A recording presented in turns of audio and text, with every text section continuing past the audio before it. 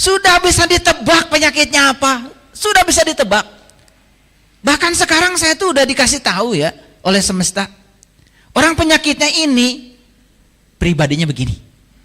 Orang penyakitnya itu pribadinya begini. Aduh, itu sudah berbanding lurus, itu tidak salah lagi. Makanya sekarang ada yang namanya pengobatan holistik. Mengobati sesuatu bukan di akibatnya, sebabnya diobati, sebabnya. Ya. Obat itu hadirin hanya meniadakan rasa sakit, tidak menyembuhkan penyakit. Karena sumber penyakitmu secara fisik yang namanya simptom psikosomatis itu sebetulnya masalahnya karena jiwa kita kotor, mental kita amburadul. Masalah kita sebenarnya di situ. Kontribusi dari itu 75% terhadap penyakit fisik. Makanya yang sakit-sakit fisiknya udah 2 aja perlu perbaiki. 1, jiwanya dibersihkan. 2, mentalnya diperbaiki. Itu saja. Cara berpikirnya diubah. Saya jamin 75% sehat. Ini banyak penyakit. Ya? Oke. Sesungguhnya awal agama itu adalah makrifatullah, mengenal Allah. Semoga seluruh makhluk hidup di semesta ini, baik yang kelihatan maupun yang tidak kelihatan, di setiap ruang dan waktu, di semua tingkatan, senantiasa hidup berbahagia. Semoga kita semua selalu menjadi sumber cinta, sumber sukacita, sumber rahmat, sumber kebahagiaan bagi semua makhluk dimanapun mereka berada. Ajaran leluhur kita yang paling utama adalah memayu hayuning bawono. Kita diutus ke dunia ini, tugas kita yang paling utama adalah ikut mempercantik dunia yang sudah cantik ini. Maka sebaik-baik manusia adalah yang bermanfaat bagi manusia lain. Sebaik-baiknya manusia adalah yang memiliki nilai untuk makhluk yang lain. Tidak ada yang lebih berharga dalam hidup ini yang melampaui nafas kita. Karena nafas adalah kekayaan yang sesungguhnya kita miliki. Semua hal yang kita upayakan bertahun-tahun akan berpindah tangan dalam sekejap, tepat saat nafas kita sudah berakhir. Banyak sekali manusia yang terus-menerus menghabiskan waktu hidupnya mengumpulkan yang akan dia tinggalkan. Sementara dia sendiri tidak sadar bahwa suatu saat kita akan menghembuskan napas yang terakhir. Dan ketika napas yang terakhir sudah dihembuskan dan napas tidak mau lagi masuk ke tubuh kita, karena napas itu sangat cerdas. Ketika tubuh kita tidak layak pakai lagi, dia juga saat keluar tidak masuk lagi. Itu yang disebut dengan kematian. Sesederhana itu sebetulnya kematian. Oleh karena itu, saat ini kita sedang menjadi orang yang paling kaya. Karena dengan kehadiran nafas, mata kita jadi berfungsi. Dengan kehadiran nafas, telinga kita berfungsi. Dengan kehadiran nafas, mulut kita berfungsi. Saya pernah bergurau. Ada orang yang merasa dirinya miskin. Kemudian saya bilang, boleh enggak matamu yang sebelah itu saya beli 2 triliun. Mau enggak? Wah, enggak mau. Padahal 2 triliun. Itu artinya harga mata kita ini tak ternilai. Harga telinga kita tuh tak ternilai. Apalagi nafas kita. Orang kaya bisa beli rumah sakit. Tapi dia tidak akan pernah bisa beli nafas. Yang paling dekat dengan kita nafas saja. Hampir tidak ada waktu untuk kita sadar. Padahal nafas adalah bukti nyata kehadiran Dia, Sang Maha Hidup dalam diri kita. Kita masih mencari-cari Dia di luar diri kita. Padahal kita masih bernafas. Sedangkan nafas sendiri adalah penghubung antara diri kita yang di dalam dengan diri semesta yang tanpa batas. Nafas itu penghubung antara alam mikroskopis di dalam diri kita dengan alam makroskopis. Maka siapapun yang sudah menyadari nafasnya setiap saat sebagai wujud kehadiran Sang Hidup dalam dirinya, maka dia tidak akan pernah merasa terasing dalam kehidupan ini. Maka praktek-praktek spiritual di semua tradisi agama, di semua tradisi keyakinan yang diberdayakan adalah nafas. Makanya banyak sekali teknik-teknik olah nafas. Coba bayangkan ya, orang menciptakan pesawat, menciptakan kapal laut, menciptakan berbagai jenis kendaraan berbahan bakar bensin. Mereka hanya menggunakan napas biasa. Napas biasa, napas alami. Seperti sekarang. Ini napas alami maksudnya. Tidak diberdayakan. Tidak tarik napas, tidak tahan napas, tidak buang napas. Hanya menggunakan napas alami saja, orang bisa mencipta sesuatu yang berguna dalam kehidupan. Bayangkan kalau kita bisa memberdayakan nafas. Karena saat napas masuk, kita juga tidak sadar kalau kita sedang mengambil kehidupan dari ruang kosong ini. Dan hampir semua orang menyangka kalau ruang kosong ini adalah kosong. Makanya orang-orang yang berkesadaran menganggap ruang kosong ini adalah kecerdasan semesta tanpa batas. Karena di ruang kosong ini semua proses penciptaan terjadi. Di ruang kosong ini segala sesuatu yang indah tercipta. Kita menanam bunga, kan di ruang kosong. Kita menanam pohon rambutan di ruang kosong. Kita menanam pohon duren di ruang kosong. Dan kita cuma menanam saja.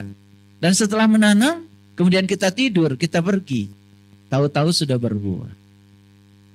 Kita tidak sadar bahwa sebetulnya ya, semua buah-buahan yang dihasilkan ini persembahan semesta tercipta di ruang kosong ini.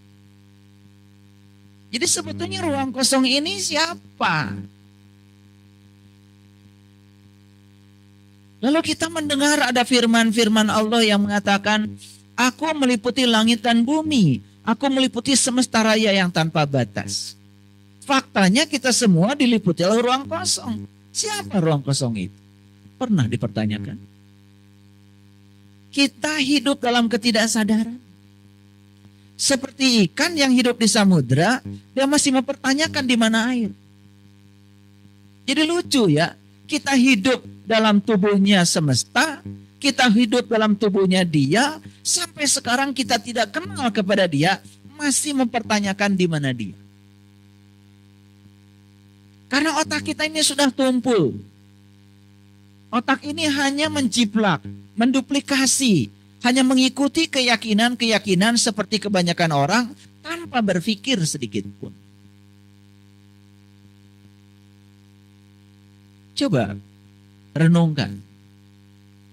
Sekarang kita sedang mengambil kehidupan dari sini, bukan? Sebentar kehidupan masuk ke dalam dan kemudian dikembalikan ke sini, bukan? Dan bersyukur hari ini ya, Sang Hidup masih mau masuk lagi. Tinggal sebentar keluar lagi. Kan napas itu seperti itu. Tidak ada napas masuk terus. Tidak ada napas diam terus. Tidak ada napas keluar terus. Napas itu masuk, diam sebentar, keluar. Makanya hati-hati dengan ruang cipta kita. Karena saat napas masuk, semua yang terjadi di ruang cipta kita direkam oleh napas kita. Dan kemudian semua yang direkam dibawa ke ruang kehidupan. Dan itu akan menjadi kenyataan hidup. Jadi siapa yang menciptakan kenyataan hidup? Ya diri kita sendiri.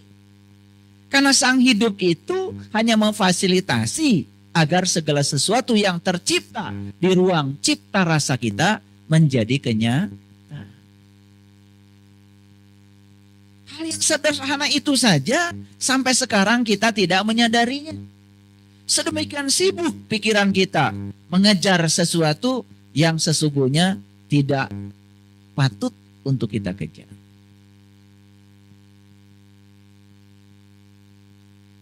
Makanya kita terus-menerus menjadi diri palsu.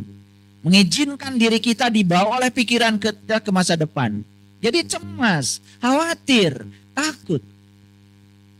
Atau kadang-kadang mengizinkan diri kita dibawa oleh pikiran kita ke masa lalu. Jadinya sedih, terluka, tidak bisa bergerak. Selalu terkunci oleh masa lalu. Padahal orang suci hari ini mungkin pernah punya masa lalu. Tapi bukankah masa lalu yang telah mengantarkan kita jadi manusia suci hari ini? Apa yang salah dengan masa lalu? Tidak ada yang buruk. Yang buruk adalah penilaian kita terhadap masa lalu. Karena otak kita sudah terjebak oleh benar salah, baik buruk. Karena kita masih diperbudak oleh yang bernama dualitas. Itulah sumber penderitaan kita.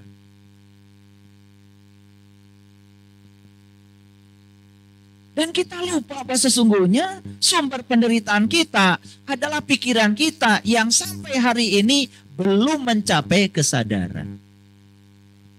Sumber penderitaan kita adalah diri kita sendiri. Jadi seharusnya hidup ini menakjubkan. Harusnya hidup ini berkelimpahan berkah. Harusnya hidup ini bahagia. Dan kita dilahirkan ke semesta ini bukan untuk menderita.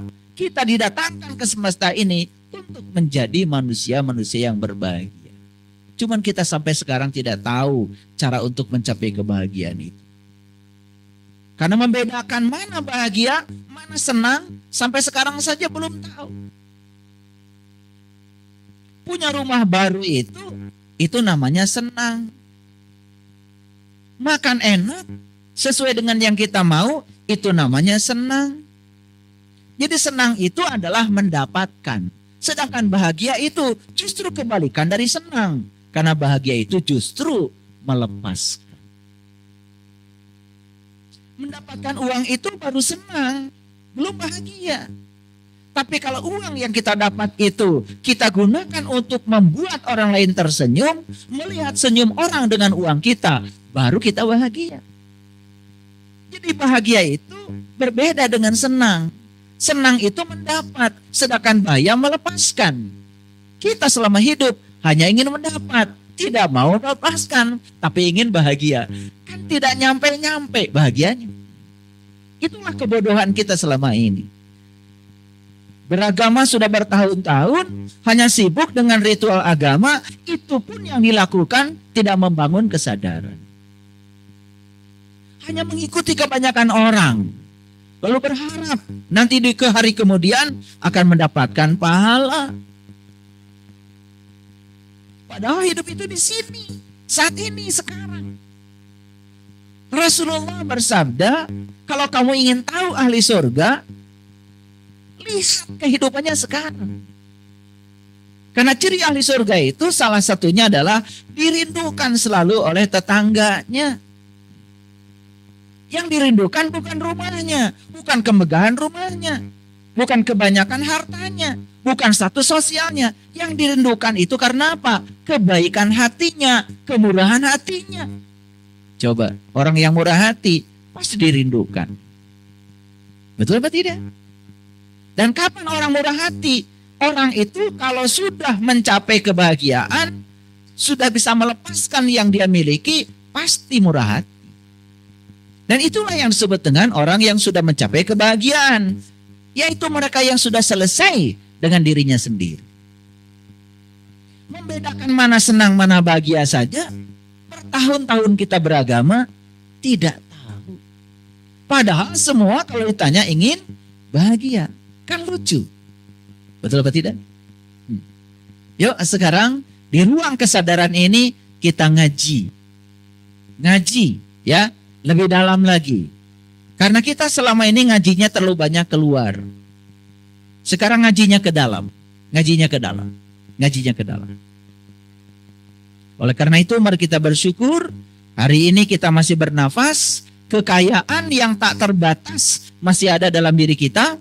Dan itu adalah kekayaan yang melampaui segalanya. Oleh karena itu mari kita puji Dia. Bersama-sama membaca hamdalah. Alhamdulillah. Mari kita awali kajian kita hari ini bersama-sama merasakan kehadiran Dia dalam diri kita. Karena Dia selalu hadir, tidak pernah tidur, tidak pernah ngantuk. Bahkan Dia tidak pernah meninggalkan kita walau sesaat pun. Kita saja yang sering merasakan seakan-akan kita terpisah dari Dia karena ketidaksadaran kita.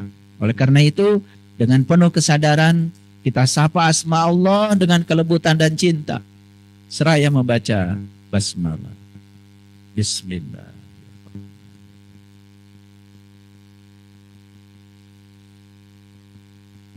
Saya lagi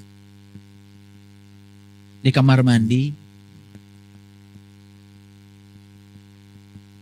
Dengan kesadaran penuh, saya melihat semua barang-barang di kamar mandi. Ada kloset yang saya gunakan, bukan buatan saya.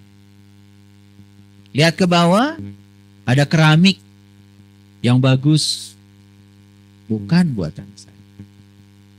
Lihat sebelah, ada pintu dengan segala aksesorisnya. Ada pegangan pintu, ada engselnya, ada aluminium, bukan buatan saya. Lihat sebelah, ada sikat gigi, pasta gigi, sabun mandi, bukan buatan saya. Di depan ada cermin, bukan karya saya. Lihat ke atas, ada langit-langit, ada gipsum, ada cat, bukan buatan saya. Saya merenungi, yang memasangkan keramik itu pun bukan saya. Jadi saya hanya tinggal di kamar mandi beberapa saat dengan kesadaran penuh, gak terasa air mata saya mengalir. Betapa banyak hutang budi saya kepada semesta ini. Betapa banyak hutang budi saya kepada banyak orang. Keluar dari kamar mandi, saya merenungi semua barang-barang yang ada di kamar saya. Ada spring bed, bukan buatan saya. Ada bantal, bukan buatan saya. Ada karpet, bukan buatan saya. Akhirnya saya tidak bisa lagi punya kemampuan untuk menyebutkan satu persatu semua barang-barang yang ada di kamar saya. Masuk ke dapur, begitu banyak di dapur perabotan. Ada piring, ada sendok, ada panci, ada kompor. Lalu saya menjadi malu dengan diri saya. Begitu besar cinta kasih semesta lewat tangan-tangan Allah yang dihadirkan untuk menghadirkan semua fasilitas itu kepada saya. Sementara saya tidak menyadarinya. Kalau itu adalah hutang budi saya kepada banyak orang. Lalu dari situ kemudian saya merenung. Apa ya? Karya saya yang sudah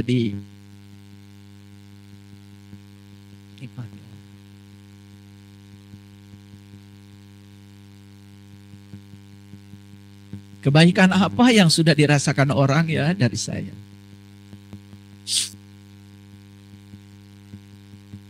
Saya lahir ke dunia, nasi sudah ada.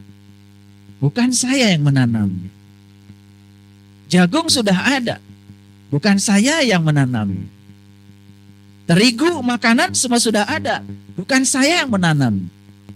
Dan hampir tidak ada makanan yang saya santap hasil tanaman saya. Saya makan buah pisang, saya makan alpukat, saya makan buah-buahan, tidak ada hasil tanaman saya. Kalau di semesta ini tidak ada cinta, tidak ada kekuatan positif yang ada pada diri masing-masing mereka itu, tentu saja tidak akan ada karya-karya itu. Dan kita akan sulit hidup kalau tidak dibantu oleh semua fasilitas. Saya pakai mobil ke sini bukan buatan saya. Kalau kita semua sadar betapa banyak sekali utang budi kita kepada banyak orang, masihkah kita mau merendahkan orang lain? Masihkah kita mau menghina orang lain? Masihkah kita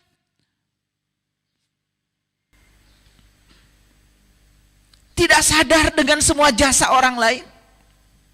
Coba, pertanyaan saya cuma satu pada diri saya.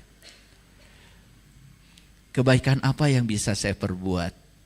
Karena begitu banyak orang dengan kebaikannya menyumbang kebaikannya untuk saya.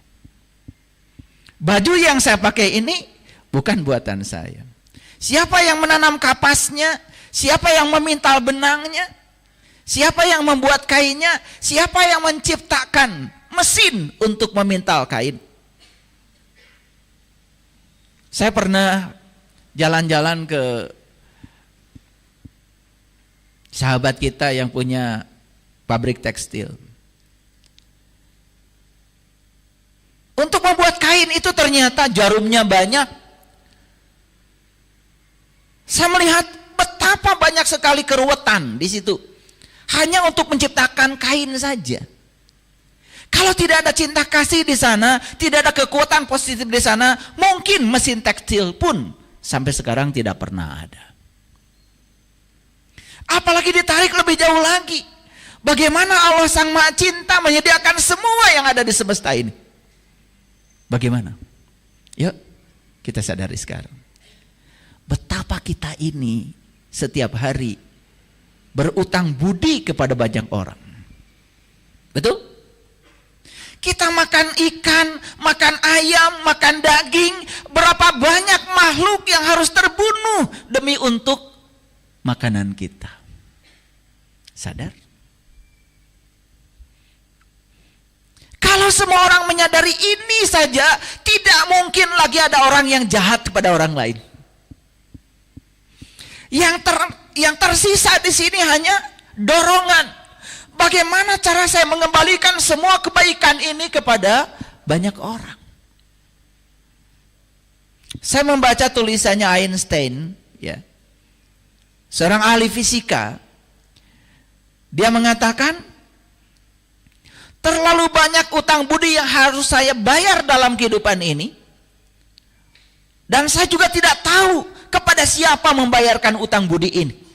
Makanya saya bertekad, saya akan melakukan kebaikan sebanyak-banyaknya pada siapapun, demi untuk membayar semua karma baik mereka untuk saya. Ini seorang saintis, penemu efek fotolistrik, pemenang hadiah Nobel bidang fisika, namanya Einstein. Pertanyaan selanjutnya dari saya, pernah nggak merenungkan semua yang saya sampaikan tadi? Kita buta melihat semuanya. Melihat orang ya sudah gitu saja. Melihat mobil ya sudah begitu saja. Ketika mobil kita tertabrak sedikit aja, paling juga marah. Itu saja hidup kita. Tidak pernah berubah kesadaran kita. Kenapa? Karena sampai hari ini mata batin kita masih buta. Jadi kembali lagi kepada cerita. Ketika iblis disuruh sujud pada Adam, iblis nggak mau sujud. Tapi ketika malaikat disuruh sujud pada Adam, malaikat langsung sujud. Lalu apa bedanya iblis dengan Adam? Bedanya cuma satu. Saat malaikat disuruh sujud pada Adam, yang dia lihat bukan Adam. Yang dia lihat adalah hakikat Adam. Dia yang dibalik Adam. Tapi iblis saat disuruh sujud pada Adam, yang dia lihat adalah Adam secara lahir saja. Dia tidak lihat dibalik Adam. Dia tidak lihat hakikat Adam. Jadi kalau kita ngaji lebih dalam, siapa iblis, siapa malaikat? Iblis itu siapa saja. Orang yang melihat sesuatu dari luarnya saja tidak tembus ke dalam, itu iblis. Dan siapa saja yang melihat sesuatu tembus ke dalam, yang dia lihat adalah hakikatnya, itulah malaikat. Kita selama ini belajar malaikat, belajar iblis, tapi terapannya dalam kehidupan sampai sekarang tidak jelas, tidak nyata. Hafal 10 malaikat dengan tugas-tugasnya, buat apa? Buat apa? Karena hidup itu yang paling penting fakta, bukan fakta. Ada fakta, nulisnya pakai P, ada fakta, beda. Fakta itu perjanjian di atas kertas, basa-basi. Kalau fakta itu adalah kenyataan, itu adalah realitas. Makanya ada fakta integrasi. Apa sih? Basa-basi. Bikin slogan, bebas daerah atau zona bebas korupsi. Jangan dikira loh, di kantor di mana ada tulisan zona bebas korupsi, jangan-jangan sedang pengumuman kalau di situ masih ada korupsi. Itu pengumuman sebetulnya. Jadi kalau di toilet itu ada tulisan, kalau sudah pipis, tolong dong dibasuh. Itu pengumuman bahwa di situ masih ada budaya di mana habis pipis nggak dibasuh. Kan itu. Sebenarnya kita ini sedang menunjukkan ketololan kita sendiri. Jadi kalau ada taman kemudian ada tulisan jangan injak rumput dong, itu artinya di situ ada budaya injak rumput. Jadi kalau bulan Ramadan ada tulisan hargai orang yang berpuasa, artinya yang berpuasa gak sadar, masih perlu penghargaan dari yang tidak berpuasa. Harusnya kan hargai yang tidak berpuasa karena mereka belum sadar. Ini yang puasa nggak sadar, yang belum puasa apalagi, betul nggak? Masih perlu penghargaan, betul apa tidak? Maaf ya, kami lagi sholat, jangan ribut. Nah, itu pengumuman seperti benar, padahal itu sedang menunjukkan ketololan. Artinya sholat Anda masih terganggu oleh ributnya orang. Sholatnya belum khusyuk karena Anda belum tahu ilmunya. Orang yang sudah tahu ilmunya gak peduli orang lain mau ribut kayak apa. Saya mau sholat tidak perlu mengkondisikan cucu saya, tolong ya, Yaya mau sholat, kalian jangan main bola dulu, begitu. Dan kita selalu keluar ingin semua orang lain seperti yang kita mau, tapi kita nggak pernah ke dalam. Tanya dirimu, kenapa sholatmu tidak khusyuk? Kan persoalannya sederhana, gara-gara kita tidak tahu siapa yang kita sembah. Kita tidak mengikuti sunnahnya Rasul. Kan semua nabi, semua rasul sebelum mereka sholat, kan mereka kenali dulu siapa yang mau disembah. Kita tidak mau mengenalinya, nyembah terus. Jangan-jangan yang disembah oleh kita hanya pikiran dan perasaan kita sendiri. Ngaku-ngaku saja sudah menyembah Allah, untung aja Allahnya diam. Coba kalau Allah punya suara. Sepanjang sholat kamu tidak ingat kepadaku, kata Allah. Yang kamu ingat adalah urusan-urusanmu. Yang kamu sembah itulah pikiranmu sendiri. Untung Allah nggak kayak gitu. Lalu kita dijaga aib kita oleh Allah. Betul apa tidak? Nih, kuliah kesadaran. Belum masuk. Ya. Belum masuk ke judul ini. Masih prolog dulu. Oleh karena itu, maka judul kita hari ini adalah hidup untuk sesama adalah hukum alam. Jadi hidup untuk sesama itu hukum alam. Jadi kalau kita hidup hanya untuk diri kita sendiri,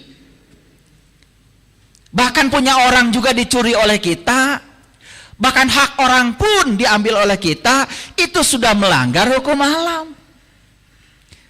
Dan hadiah buat para pelanggar hukum alam itu sudah bisa dipastikan pasti penderitaan.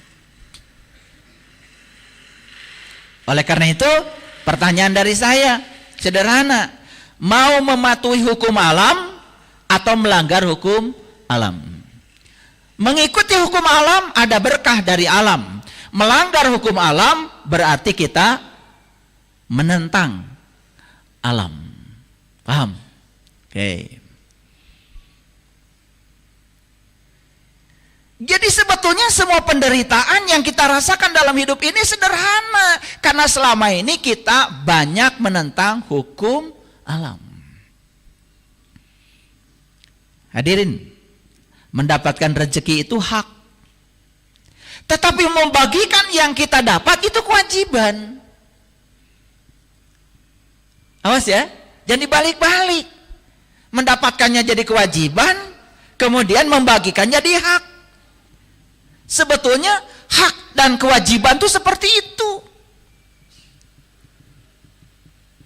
Kita mendapatkan kehidupan yang bahagia, hak. Tapi membahagiakan orang itu kewajiban. Nah kita ini lupa, setelah mendapatkan hak kita lupa menunaikan kewajiban kita. Itulah sumber penderitaan kita selama ini. Paham ya? Oke. Kalau sudah paham, mulai masuk sini. Pertanyaan mendasar tadi. Coba sebutkan peralatan hidup yang digunakan sehari-hari yang dibuat oleh orang lain. Bisa nggak? Hadirin bisa menyebutkan berapa banyak peralatan yang dibuat orang yang digunakan oleh kita sehari-hari yang ada di dapur? Banyak? Wah. Belum keran, belum pipa, betul nggak? Wah, saya tadi bicara di prolog tadi, saya sendiri sampai tidak sanggup untuk menyebutkan semuanya. Jadi betapa banyak hutang budi kita kepada banyak orang, bukan? Oke. Berapa banyak di kamar mandi? Ini jangan cuma mendengar kajian saya, nanti praktekkan. Begitu di dapur, coba duduk dulu tenang, tarik napas sebentar, duduk. Lihat semua yang ada di dapur. Mana karyamu? Ada gitu sendok buatanmu? Ada piring buatanmu? Iya. Cuman karena kamu pinter baca kitab suci, waduh, sombongnya kayak apa? Padahal sebaik-baik manusia yang berguna bagi manusia lain. Pertanyaan saya, yang bikin sendok berguna? Yang bikin piring berjasa? Yang bikin panci berjasa? Yang bikin ember berjasa? Masih saja kita menganggap, oh mereka itu orang-orang yang sibuk dengan dunianya. Begitu? Kalau kamu menganggap dirimu lebih hebat dari orang lain, harus dibalik lagi pikiran kita. Kita pintar baca tulis Quran, kita bisa membaca kitab suci, yes, itu nggak apa-apa, bagus. Tapi itu belum apa-apa kalau hidup kita belum berarti bagi orang lain. Karena Nabi Muhammad mengatakan tidak ada sebaik-baik manusia yang pintar ini, pintar itu. Sebaik-baik manusia yang berguna bagi manusia lain. Saya bukan mengatakan yang pintar baca tulis Al-Quran tidak berguna, ada gunanya juga kalau hidupnya bagus. Ngerti maksud saya? Kan lucu ya, kita mendengar berita bahkan di tempat yang kita anggap suci, malah di situ terjadi pelanggaran-pelanggaran susila yang disebut dengan asusila. Kan mengerikan. Betul nggak? Iya. Kenapa? Karena di situ tidak ada kesadaran. Pertanyaan sekarang selanjutnya. Berapa banyak yang di kamar tidur? Penitik, jarum pentul, betul nggak? Bedak, macam-macam lagi, ya, lipstick, ya, paling bisa manusia bikin alis palsu, betul nggak? Alis palsu pun buatan orang, betul nggak? Tambah gigi palsu, betul apa tidak? Gigi palsu kan duitnya nggak boleh palsu, Tetap harus asli, bukan? Iya. Coba sebutkan. Gak akan bisa menyebutkan. Berapa banyak sekarang di kantor? Berapa banyak di halaman rumah? Ya Allah. Belum lagi kita berutang budi pada air, berutang budi pada udara, berutang budi pada api. Pernah enggak? Lagi masak, terima kasih api. Hari ini kamu telah melayaniku sehingga seluruh makanan ini matang dan enak. Pernah? Yang pernah itu waras. Yang tidak pernah, ya disebut kurang waras pasti marah. Betul nggak? Tetapi yang gitu saja selama ini tidak pernah kita sadari. Belajar berterima kasih pada apa saja yang telah berjasa menyenangkan kita, itu tidak ada waktu sama sekali. Betul? Karena pikiran kita uang, karena kita merasa dengan punya uang semuanya bisa terbeli. Ya Allah, kalian punya uang tidak bisa bikin cengek. Kalian punya uang tidak bisa bikin lenca. Kalian punya uang tidak bisa bikin surawung. Ayo, mau disombongkan apa lagi? Makanya kalau harga-harga barang pokok di pasar naik, tenang aja, tenang. Selama semesta masih membuatnya, tenang. Kalau uang kan buatan peruri, buatan manusia. Tapi cengek nggak ada yang bisa bikin. Cabai merah nggak ada yang bisa bikin, bawang merah nggak ada yang bisa bikin. Betul nggak? Yang kita keluhkan itu selalu harga mahal. Makanya kita tidak pernah bisa kebeli. Pikirannya sudah negatif. Yang dikeluhkan selalu kesusahan. Buka mata kita. Pernah berterima kasih pada Allah yang bikin bawang merah, berterima kasih pada Allah yang bikin cabai keriting, berterima kasih kepada Allah yang menyediakan garam dan segala macam rasa di semesta ini. Itu yang disebut dengan swarga loka itu. Makanya leluhur kami di tanah Nusantara ini mengatakan salah satu swarga loka itu adalah saripati makanan. Su itu artinya saripati. Su, warga itu artinya kumpulan. Suwarga itu artinya kumpulan segala saripati. Loka artinya adalah lokasi.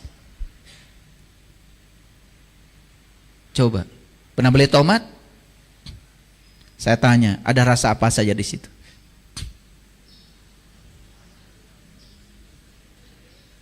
Nggak akan bisa menceritakan. Yang jelas di situ ada rasa tomat. Mau diulang satu-satu dianalisis nggak bisa. Nggak bisa. Betul? Subhanallah. Kumpulan segala saripati ada di tomat, ada di jeruk, ada di apel, ada di anggur.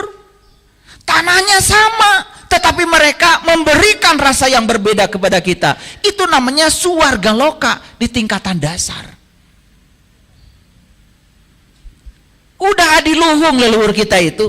Makanya leluhur kita mengatakan matahari adalah swarga loka, bumi kita swarga loka, makanan yang kita santap swarga loka. Itu swarga. Ya Allah, Bapak Ibu, pernah lihat bunga yang warna-warni? Indah. Bagaimana matahari menciptakan bunga warna-warni itu? Bagaimana dia menciptakan itu? Sadar.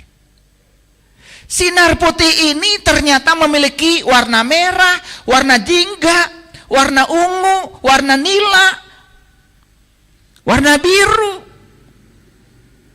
Dan matahari suka mengenalkan kepada kita, lihat aku, kata matahari. Kadang-kadang dia mengenalkan kepada kita dalam bentuk pelangi. Pelangi itu apa? Itu sinar matahari yang polikromatik ini diurai menjadi sinar-sinar yang monokromatik sesuai dengan panjang gelombangnya. Jadi warna-warni. Itu yang membuat kenapa bunga warna-warni. Bagaimana prosesnya membuat warna-warni itu? Pernah ditanyakan? Pernah tanya pada diri kita? Bagaimana semesta yang cerdas ini menciptakan warna-warni bunga. Kita lihat bunga, sudah aja cuman bagus. Gak ada kesadaran di dalam untuk melihat dia yang lebih dalam lagi. Subhanallah. Sekarang, selanjutnya, bisa nggak kita menyebutkan semua benda yang ada di semesta ini? Praktekkan nanti, praktekkan. Begitu nyampe di toilet, lagi di kloset, lihat dengan penuh kesadaran. Keluar dari kloset, kalian pasti akan berterima kasih pada banyak orang. Saya suka ditanya sama istri saya, kenapa sih kalau habis olahraga pagi-pagi saya lari 7 kilo. Ini barusan, saya lari 7 kilo tiap pagi. Dan untuk pendinginan sebelum saya mandi, itu biasanya saya ke taman, bawa kresek. Apa kerjaan saya di taman? Meditasi. Apa meditasinya? Saya hanya mencabuti rumput-rumput yang saya tidak inginkan tumbuh di situ. Jadi sepanjang saya mencabuti, saya imajinasikan saya sedang mencabuti semua kotoran-kotoran di batin saya, semua yang negatif di pikiran saya. Makanya selesai satu kresek, tiap hari saya cabutin itu rumput, tiap pagi selalu saya dapat satu kresek. Coba. Ada lagi. Itu meditasi saya. Jadi kalau ada daun yang serupa antanan itu, yang ada uratnya tuh, kalau saya petik ujungnya saja, itu besok tumbuh lagi. Lalu saya mengimajinasikan saya sedang mencabuti kotoran-kotoran yang ada di pikiran saya. Saya kemudian dengan pelan, dengan penuh kelembutan, saya sasar kemana nih? Ketemu akarnya. Saya cabut. Mohon izin ya, kamu tempatnya bukan di sini. Saya mohon izin, itu aja saya mohon izin. Karena itu makhluk hidup, tapi dia salah tempat. Makanya saya minta maaf, kamu tempatnya bukan di sini. Makanya tempo hari ada yang datang ke rumah saya. Ayah, katanya, kenapa kok rumputnya di sini hijaunya beda? Ya beda dong, tiap hari diajak bicara. Tiap hari dilusin, tiap hari disapa. Tiap hari saya mengucapkan terima kasih pada mereka. Ini masalah kesadaran. Ini yang disebut dengan menyatu dengan alam. Oke, lanjut dulu. Apa prakteknya? Nanti pulang ke rumah, ambil pensil, ambil kertas, tulis semua yang kita lihat, alat-alat di rumah, dan semua tanyakan pada diri kita, yang mana yang buatan kita. Ya. Hasilnya kita sadar kalau kita semua punya utang budi yang luar biasa pada banyak orang. Hasil yang kedua, ternyata semua orang sudah berkarya untuk sesama. Pertanyaan berikutnya, Anda sudah berkarya apa untuk sesama? Paham? Paham? Akan ada dorongan dari dalam diri kita untuk berbuat baik sebanyak-banyaknya, secepat-cepatnya tanpa menunda. Dan itu semua harus dipraktekkan. Percuma ngaji dengan saya kalau nggak praktek. Karena apa? Karena ngaji yang sebenarnya bukan di sini. Ngaji yang sebenarnya di kehidupan nyata. Bukan di fakta, tapi di fakta. Paham ya? Oke. Baik. Pertanyaan. Hidup hanya mementingkan diri sendiri adalah melanggar hukum alam. Jujur ya? Jawab. Hidup kita selama ini mementingkan siapa? Jujur ya? Mementingkan siapa? Mementingkan siapa? Diri sendiri. Dapat uang banyak hanya untuk diri sendiri. Panen banyak hanya untuk diri sendiri. Bahkan jika perlu, kumpulkan harta sebanyak-banyaknya, biar orang lain tidak punya, nggak peduli, yang penting dirimu berlimpah banyak. Begitu? Yuk sekarang kita tanya pada diri kita. Hidup untuk sesama tadi hukum alam. Berarti hidup untuk diri sendiri melanggar hukum alam. Jadi kalau begitu, selama hidup kita selaras dengan hukum alam atau melanggar hukum alam? Itulah akibatnya. Hidup menjadi terbatas, penuh dengan penderitaan, penuh dengan konflik, itu gara-gara mementingkan diri sendiri. Yuk, jujur sekarang.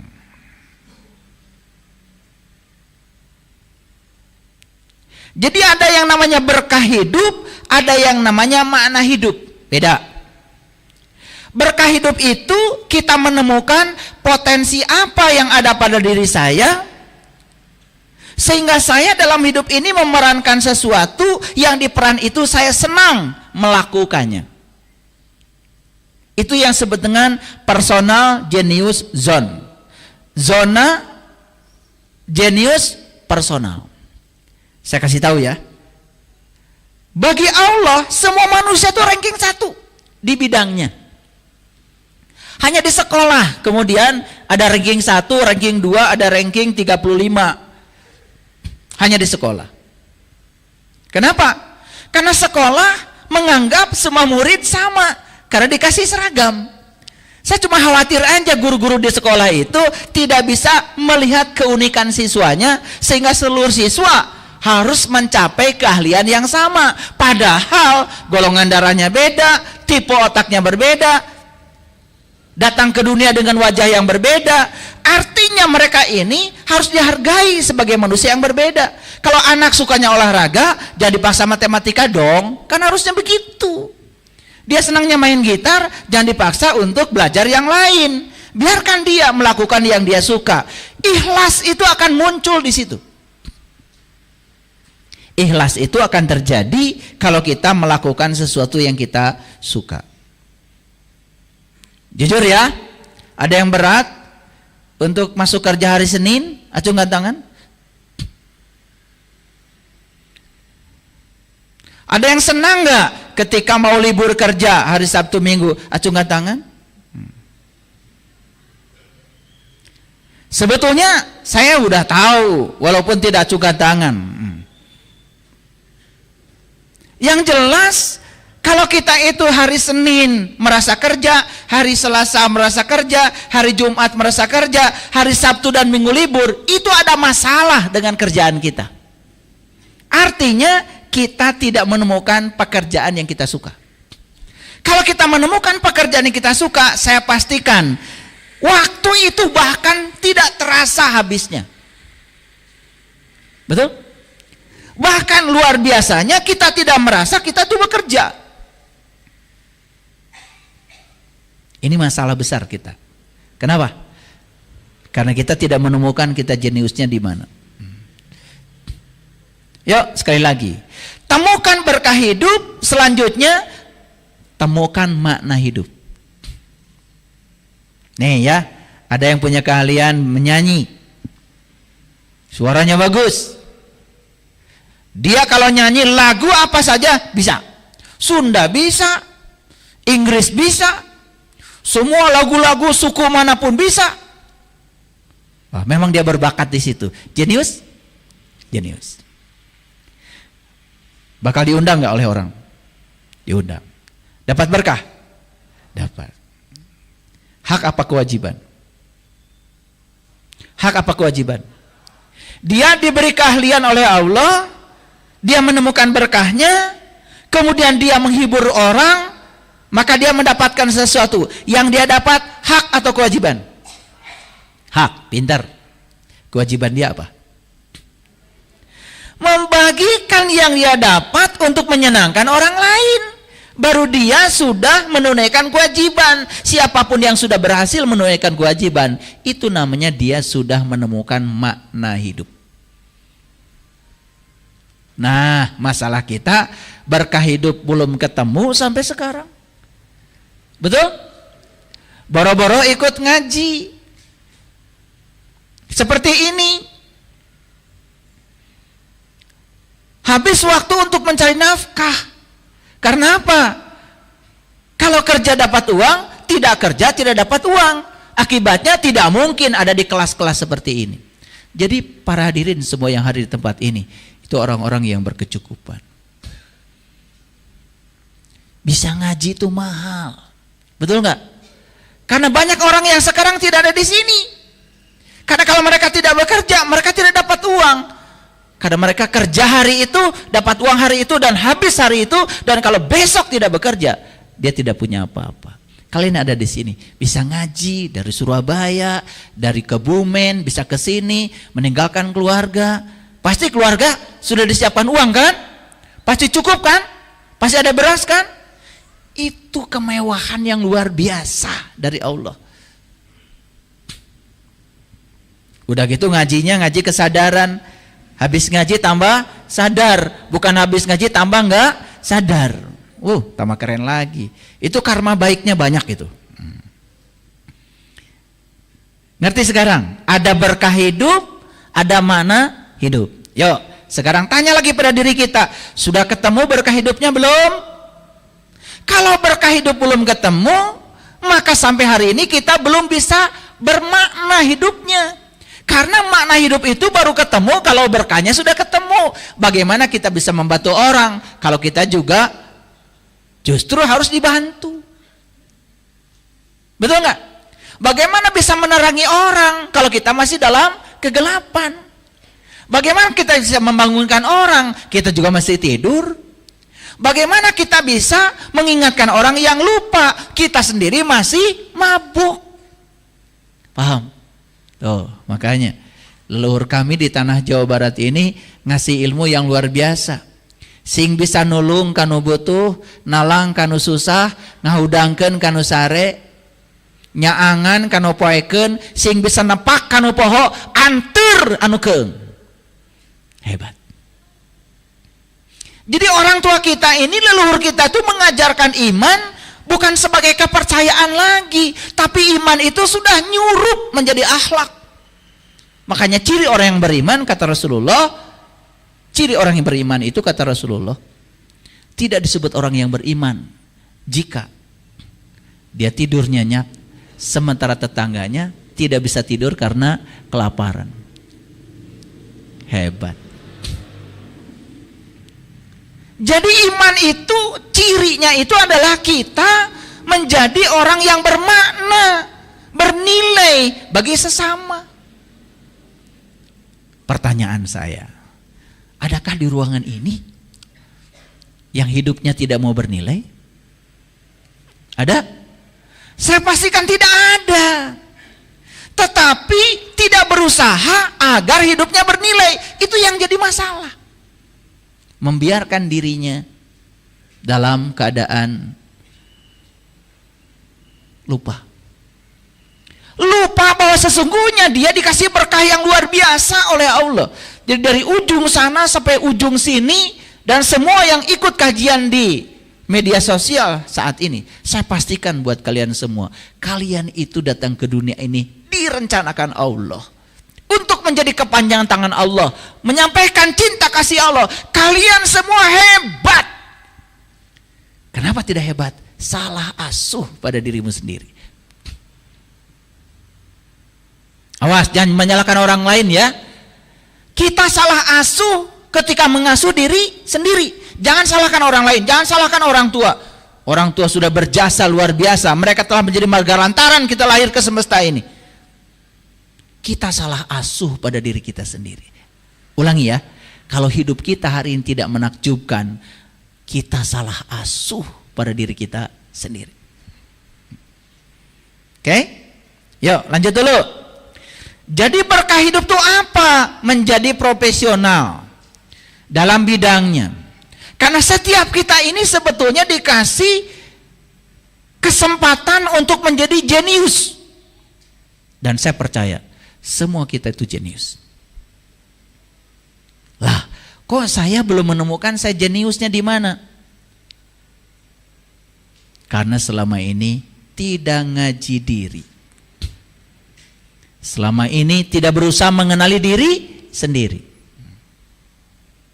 Itulah pentingnya kita profiling diri kita. Saya jenius di bidang apa? Temukan berkahnya di situ. Tapi belum selesai. Setelah berkahnya ditemukan, tugas kita berikutnya adalah membagikan berkah itu supaya kita jadi orang yang bermakna. Itu namanya kita sudah mematuhi hukum alam. Kenapa? Hidupnya buat sesama. Yuk, saya mau tanya. Ada sungai yang meminum airnya sendiri? Ada pohon yang pelit, tidak mau berbagi buahnya buat manusia. Ya, hari ini dia berbuah, besok udah hilang dimakan dirinya. Ada? Sungai tidak meminum airnya sendiri. Setuju? Berarti sungai diciptakan oleh semesta supaya dia bermakna bagi sesama. Memenuhi hukum alam? Yes. Pohon tidak memakan buahnya sendiri. Setuju? Setuju? Oke. Berarti pohon memenuhi hukum alam? Oke. Matahari tidak bersinar untuk dirinya sendiri. Setuju? Bahkan siapa tahu sampai sekarang matahari tidak pernah merasakan sinarnya. Karena semua sinarnya diberikan buat semua makhluk. Bahkan matahari tidak pernah terlambat bangun, walaupun para penontonnya masih tidur. Betul nggak? Jam-jam bangun matahari itu. Dan gak peduli. Dia bangun karena apa? Dia memenuhi hukum alam. Bahkan saat para penontonnya masih pada tidur, matahari langsung saja melakukan pertunjukan. Karena matahari tidak butuh kalian. Karena matahari tugasnya adalah memenuhi hukum alam, menyinari alam semesta. Bahwa kalian masih tidur, masih ngumpet di kamar, tidak kebagian sinar, matahari tidak pernah mengurungkan perannya dalam semesta. Hebat. Pertanyaan saya, mulia mana kita dengan sungai? Udah ngaji gini baru. Padahal kemarin-kemarin manusia adalah makhluk yang paling mulia. Tar dulu, manusia yang mana? Jadi kita ini terlalu overconfidence, terlalu percaya diri. Pohon pisang saja dia menghasilkan buah pisang sampai mau jatuh. Saking banyaknya itu buah pisang. Tidak ada satu buah pisang pun yang dimakan oleh dia. Dan setelah matang, setelah tua, dipersembahkan buat manusia. Saya mau nanya sama kalian semua, pinter enggak? Ada enggak pohon pisang yang memikirkan tempat istimewa setelah hidup? Kata pohon pisang, karena saya sudah menyumbangkan semua pisang karya saya, maka saya minta disediakan surga. Ada? Ada enggak? Yang suka ngarang-ngarang tempat istimewa setelah kematian siapa? Siapa? Jangan bilang manusia dong, saya. Karena belum tentu manusia. Karena nanti saya mau cerita manusia itu siapa. Sebentar lagi. Minum dulu ya. Bismillah.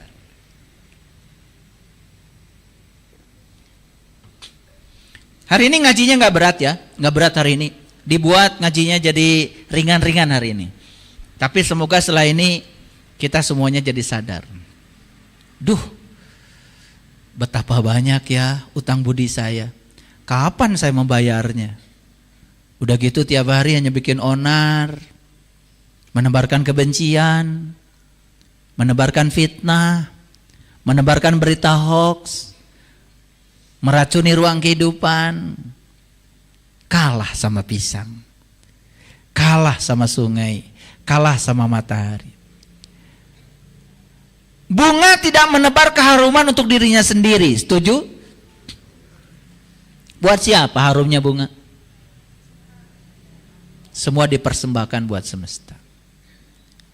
Tangan kanan tidak bisa menggaruk tangannya sendiri. Setuju? Setuju? Minta bantuan siapa? Tangan kiri. Maka jangan suka bilang sembarangan soal tangan kiri. Awas itu tangan setan. Tuh. Selama ini kita di paradigma seperti itu. Seakan-akan kiri itu jelek. Sampai anak pun dimarahi ketika nerima uang pakai tangan kiri. Awas itu tangan setan, kan tangan anakmu. Berarti anakmu? Nah, loh. Karena itu paradigma sudah nempel di sini, ya sudah seperti itu. Padahal tangan kanan gatal, yang garuk tangan kiri. Tangan kiri gatal, yang garuk tangan kanan. Itu artinya apa? Ini saja Allah berikan pelajaran kepada kita bahwa tangan kanan diciptakan untuk sesamanya, tangan kiri diciptakan untuk sesamanya. Kenapa manusia hidupnya tidak untuk sesama?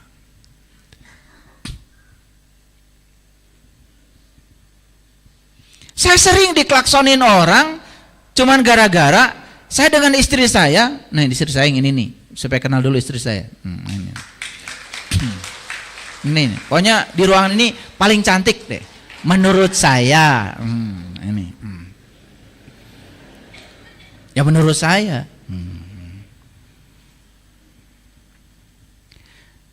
Gara-gara apa? Gara-gara kami ini kemanapun pergi, begitu lihat orang, kemarin lihat ada orang jualan sayur, sudah sepuh, mana hujan, udah. Ya, berhenti. Kita nggak beli sayurnya, udah sayurnya bagikan aja. Pokoknya udah, ya dibayarin aja sayurnya semua. Dan bahagianya luar biasa saat melihat beliau tersenyum. Dan saya juga nggak butuh sayur. Lah, baru aja orang kerja di rumah, Pak, BHCF. Tenang kayak siang ayam ngintun. Tahu-tahu udah 3 karung aja. Bukan hanya beras, segalanya. Botolnya. Jadi ternyata hidup itu gratis semuanya kalau kita sudah bisa letting go, sudah bisa melepaskan semuanya. Tidak ada rasa khawatir. Makanya saya bilang kalau ada orang ke rumah, maaf ya, nih teman-teman dari sini ke rumah, silakan kalian di rumah ada beras, ambil beras. Saya tidak pernah ngumpetin rejeki di rumah, tidak pernah dimasukkan ke gudang gitu, nggak pernah. Biarkan beras itu kelihatan supaya kalau orang yang butuh bisa minta. Ternyata semakin terbuka semacam itu, semakin banyak yang datang. Itu hukum alam. Semakin banyak kita memberi, semakin banyak kita menerima. Gratis hidup itu kalau kita sudah bisa membuka kerannya. Maaf ya, kalau susah, beras aja susah, ada masalah dengan dirimu. Ada masalah di sini. Belum melepaskan. Karena kita terjebak oleh kesenangan untuk mengumpulkan. Tidak mau melepaskan, makanya kita tidak akan pernah bahagia sepanjang hidup seperti itu. Nih saya kasih tahu, orang-orang yang melanggar hukum alam hidupnya mementingkan diri sendiri, jauh dari bahagia. Cepat tua. Banyak penyakit.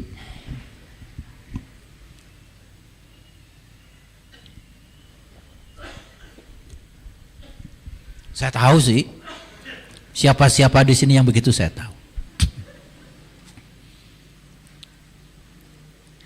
Bahkan kita makan makanan tidak ada hasil tanaman kita sendiri, bukan?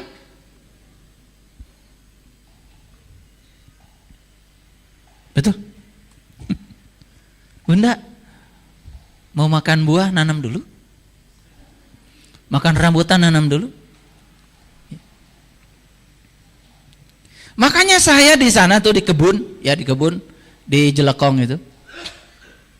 Setiap ada yang ngasih bibit sama saya, langsung saya tanam. Subuh-subuh saya tanam. Kenapa? Saya belum tentu memetik buahnya. Karena saya sadar, saya hari ini mendapatkan buah dari hasil tanaman orang. Makanya saya nanam sebanyak-banyaknya. Siapa saja yang metik, udah gak usah dipikirkan. Coba kalau semua kita, aduh saya kalau nanam kelapa, umur saya 70. Kelapa 10 tahun. Gak jadi deh. Kenapa? Ya nanti kalau saya yang nanam, orang lain yang metik. Rugi dong saya. Orang yang tipe-tipe kayak gitu, aduh, stroke.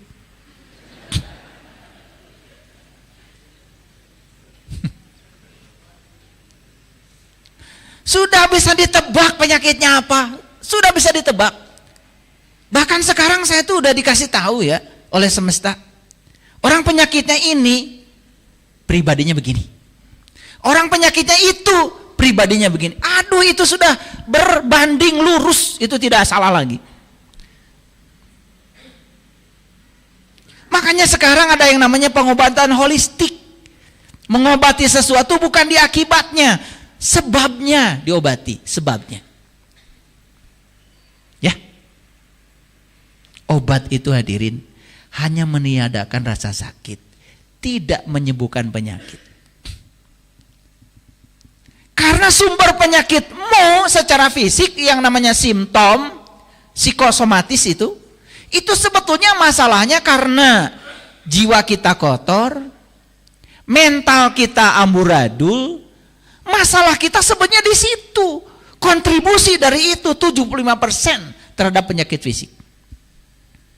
Makanya yang sakit-sakit fisiknya udah 2 aja perlu perbaiki. 1, jiwanya dibersihkan. 2, mentalnya diperbaiki. Itu saja. Cara berpikirnya diubah. Saya jamin 75% sehat. Ini banyak penyakit. Ya? Oke.